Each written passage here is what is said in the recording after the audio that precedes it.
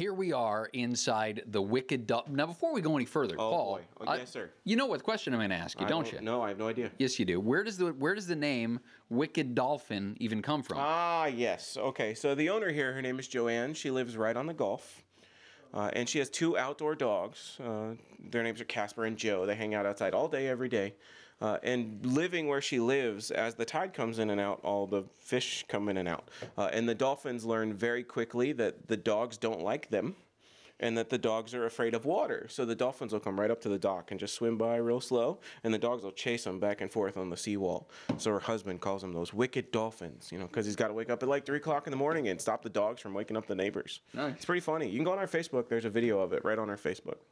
Paul, you just gave us a tour of your facility, which was a lot of fun and very cool. And you were telling us about the different recipes and the different flavors that you have. How many in total do you have, by the way? Sure. So in terms of something that's legal, we have 13 different rums and then vodka as well.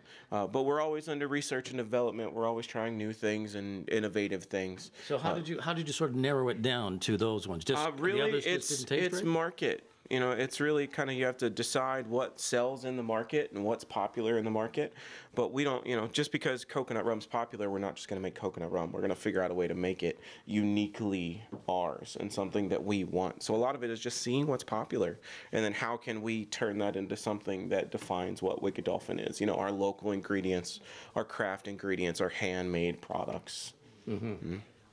Without admitting to something like drinking on the job that we wouldn't really encourage. It's not called drinking. It's called research and development. Well, if you're in your line of work, yes. If you're us, it's just drinking at work. That's okay. So without tipping off exactly how many different things we've sampled, my question becomes: everything you make is spectacularly delicious. Oh, well, thank you. Where can I find it in Toronto?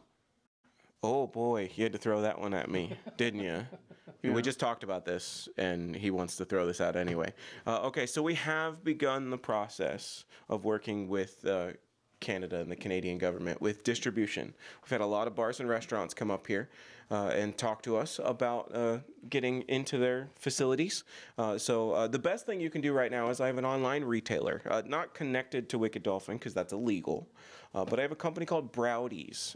They're basically like Amazon, but for booze. Yeah, you can see their business cards right up front right there. And you can go onto their website and put your address in, your zip code in, and then they will generate a store of things that is legal for you to buy wherever it is that you live, because different states and different provinces have their own kind of unique rules.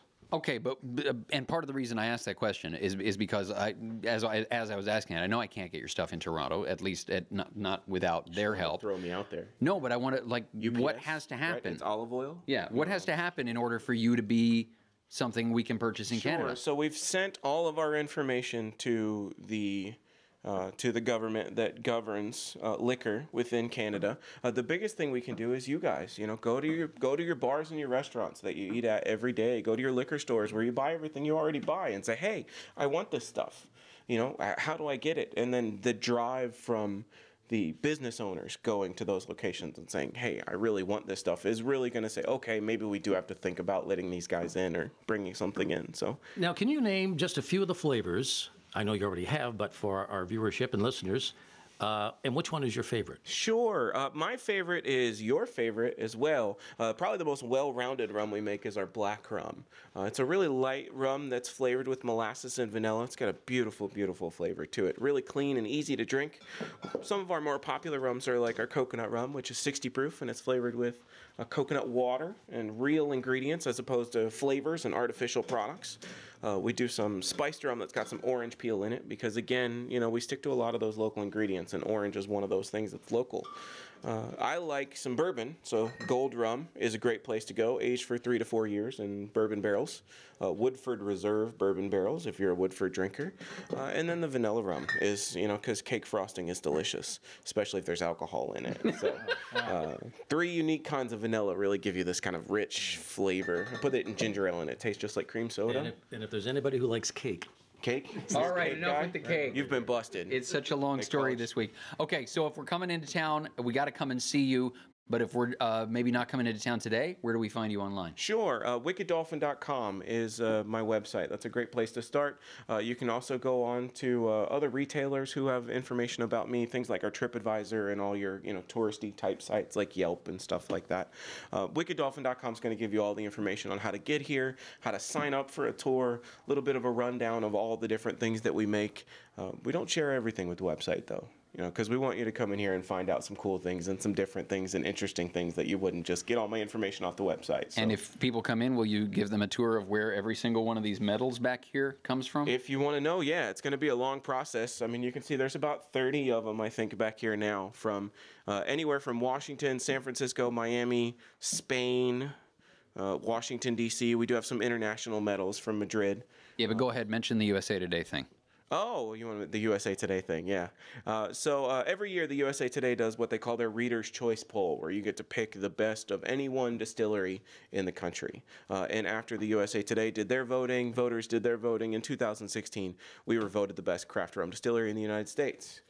And then 2017 came along, the voting happened again, and for the second year in a row, we were the best craft rum distillery in the country. So only, I think, 3 other distilleries so far with the USA Today can say that they've won for multiple years in a row. So it's a really cool award to have. It's really cool. The apple pie rum that you were telling us about? Pie, yeah, right over here. Yeah, you keep that and I'll take all the rest. Okay, that's fine. Yeah, apple pies. The rum shine's kind of a unique idea where you can make moonshine but still make it out of sugar cane and still make it out of a sugar base.